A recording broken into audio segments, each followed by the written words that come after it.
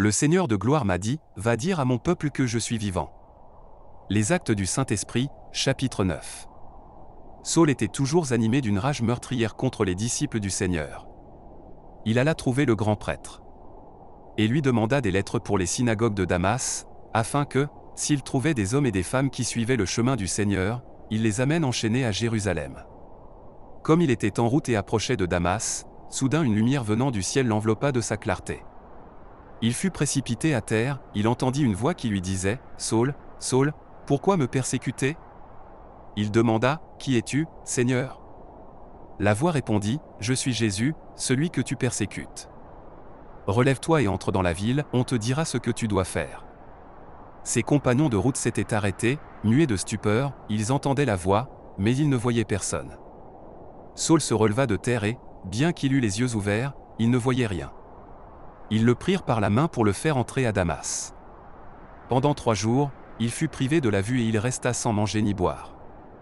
Or, il y avait à Damas un disciple nommé Ananie. Dans une vision, le Seigneur lui dit, « Ananie. » Il répondit, « Me voici, Seigneur. » Le Seigneur reprit, « Lève-toi, va dans la rue appelée rue droite, chez Jude, tu demanderas un homme de Tarse nommé Saul. Il est en prière. » Et il a eu cette vision, un homme, du nom d'Ananie, entrait et lui imposait les mains pour lui rendre la vue. Ananie répondit, « Seigneur, j'ai beaucoup entendu parler de cet homme, et de tout le mal qu'il a fait subir à tes fidèles à Jérusalem. Il est ici, après avoir reçu de la part des grands prêtres le pouvoir d'enchaîner tous ceux qui invoquent ton nom. » Mais le Seigneur lui dit, « Va. Car cet homme est l'instrument que j'ai choisi pour faire parvenir mon nom auprès des nations, des rois et des fils d'Israël. Et moi, je lui montrerai tout ce qu'il lui faudra souffrir pour mon nom. » Ananie partit donc et entra dans la maison. Il imposa les mains à Saul, en disant, « Saul, mon frère, celui qui m'a envoyé, c'est le Seigneur, c'est Jésus qui t'est apparu sur le chemin par lequel tu venais. Ainsi, tu vas retrouver la vue, et tu seras rempli d'Esprit Saint. » Aussitôt tombèrent de ses yeux comme des écailles, et il retrouva la vue. Il se leva, puis il fut baptisé. Alors il prit de la nourriture et les forces lui revinrent. Il passa quelques jours à Damas avec les disciples. Et, sans plus attendre, il proclamait Jésus dans les synagogues, affirmant que celui-ci est le Fils de Dieu. Tous ceux qui écoutaient étaient stupéfaits et disaient, « N'est-ce pas lui qui, à Jérusalem, s'acharnait contre ceux qui invoquent ce nom-là, et n'est-il pas venu ici afin de les ramener enchaînés chez les grands prêtres ?» Mais Saul, avec une force de plus en plus grande, réfutait les Juifs qui habitaient Damas, en démontrant que Jésus est le Christ. Assez longtemps après, les Juifs tinrent conseil en vue de le supprimer. Saul fut informé de leurs machinations. On faisait même garder les portes de la ville jour et nuit afin de pouvoir le supprimer. Alors ses disciples le prirent de nuit, ils le firent descendre dans une corbeille, jusqu'en bas, de l'autre côté du rempart.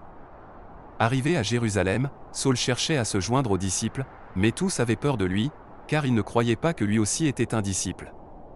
Alors Barnabé le prit avec lui et le présenta aux apôtres, il leur raconta comment, sur le chemin, Saul avait vu le Seigneur, qui lui avait parlé, et comment, à Damas, il s'était exprimé avec assurance au nom de Jésus.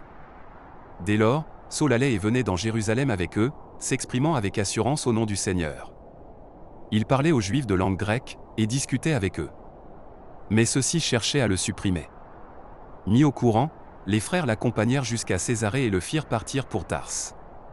L'Église était en paix dans toute la Judée, la Galilée et la Samarie, elle se construisait et elle marchait dans la crainte du Seigneur, réconfortée par l'Esprit Saint, elle se multipliait.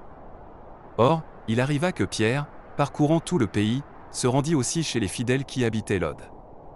Il y trouva un homme du nom d'Énéa, alité depuis 8 ans parce qu'il était paralysé. Pierre lui dit, « Énéa, Jésus-Christ te guérit, lève-toi et fais ton lit toi-même. » Et aussitôt il se leva. Alors tous les habitants de Lod et de la plaine de Saron purent le voir, et ils se convertirent en se tournant vers le Seigneur. Il y avait aussi à Jaffa une femme disciple du Seigneur, nommée Tabitha, ce qui se traduit, Dorca, c'est-à-dire, gazelle. Elle était riche des bonnes œuvres et des aumônes qu'elle faisait. Or, il arriva en ces jours-là qu'elle tomba malade et qu'elle mourut. Après la toilette funèbre, on la déposa dans la chambre haute. Comme Lod est près de Jaffa, les disciples, apprenant que Pierre s'y trouvait, lui envoyèrent 2 hommes avec cet appel, « Viens chez nous sans tarder. » Pierre se mit en route avec eux. À son arrivée on le fit monter à la chambre haute. Toutes les veuves en larmes s'approchèrent de lui, Elle lui montrait les tuniques et les manteaux confectionnés par Dorca quand celle-ci était avec elle. Pierre mit tout le monde dehors, il se mit à genoux et pria, puis il se tourna vers le corps, et il dit, « Tabitha, lève-toi. » Elle ouvrit les yeux et, voyant Pierre, elle se redressa et s'assit. Pierre, lui donnant la main, la fit lever. Puis il appela les fidèles et les veuves et la leur présenta vivante. La chose fut connue dans toute la ville de Jaffa, et beaucoup crurent au Seigneur. Pierre resta assez longtemps à Jaffa, chez un certain Simon, qui travaillait le cuir.